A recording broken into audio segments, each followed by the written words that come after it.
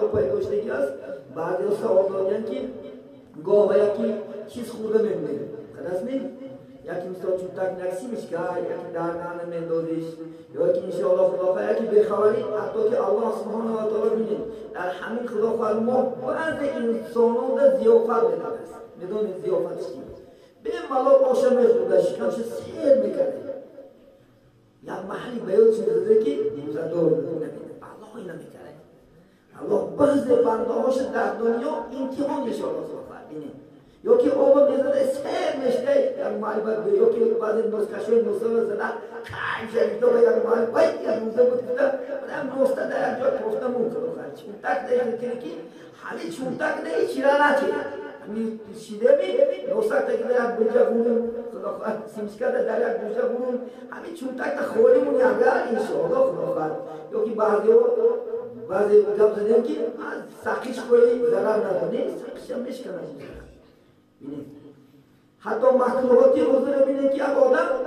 خفش جمع کرده دهنش پول کرده خدا مکروه میشه روزش یکی به خودش طبیعی پیدا شده رو رفتن دیگه چی بینه لیکن جمع کرده اگر انشاءالله خدا خواهد خواهد یکی در میدردون که نخواست خدا خواهد انشاءالله شکم سرش نمون البته دهن چرقه میکنند و درها چکا میکنیم فورا نیت میکنیم انشاءالله خدا خواهد ضرر نداره الحمدلله یکی که من شما مردکو هستیم خدا خواهد یک دم میکنیم که خیستیه که چکا کرید جنوب شدید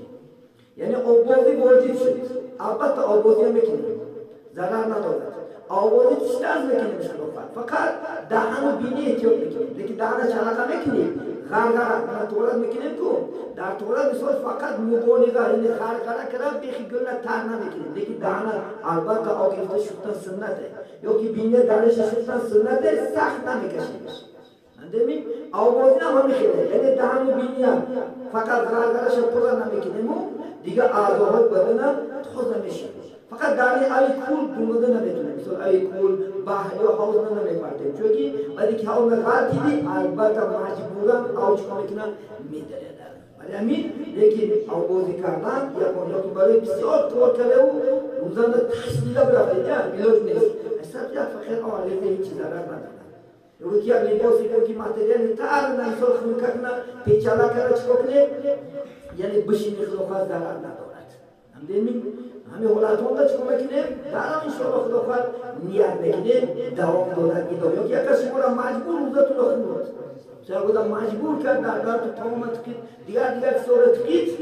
و روزه شما چی نمشکنه و دیگر درا باشو میکنیم انشاءالله خدا خواهد نیت میکنیم دوام دادن میکنیم یکی اختیاری اگر شما دونستن یک روزه را خیلی جنایت 61 روز پای در پای روزه میداریم 2 ماه و 1 روز پای در پای میداریم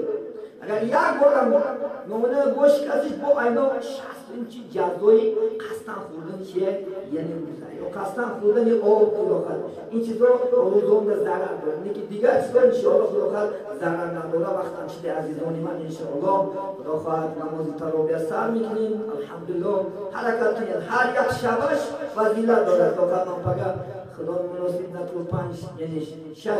شبی که خدا خواهد چی فضیلت ها داره میگم هر شبش حضرت علی پیغمبر صلی الله علیه و سلم یعنی وصیت کردن که هر یک شبه نماز تراویح الله چی داره اجر داره انشاءالله خدا خواهد مکافات داره ولی هر شب حرکت کنه نماز تراویح اگر 30 روز نماز مونه قرآن ختم کردگی در نامه اعمالتون می‌نویسند یعنی 30 روز قرآن ختم کردگی گرچه قاری خونم سامه هم از قاری اجرش بر نداره که ما شنیده لحظه میبریم همین ها چند قصد ثواب دیدم ما و شما برابر همون ثواب همون اجر هست انشاءالله برمیشه شور باشیم قرآن باشیم انشاءالله خدا خواهد در ماه رمضان حرکت کنه ها خدا خواهد کیفیتی رو در مورد ویرون نکنه حقارت کردن باختن آزار دادن همش هر کی میگه در این ماه دل آزاری کند نه روی جیب جنت بیند و نه بیش کسی که در این ماه دل آزار نشه خدا خواهد نسبتی خانگاه و نسبتی زنها و نسبتی بچه ها نسبتی پدر و همسایه محله لفظ شیرین سخنی خوب کردیم انشاءالله خدا خواهد این ماه چکا کنیم ادا کنیم و آخر دعوانا ان الحمدلله رب العالمین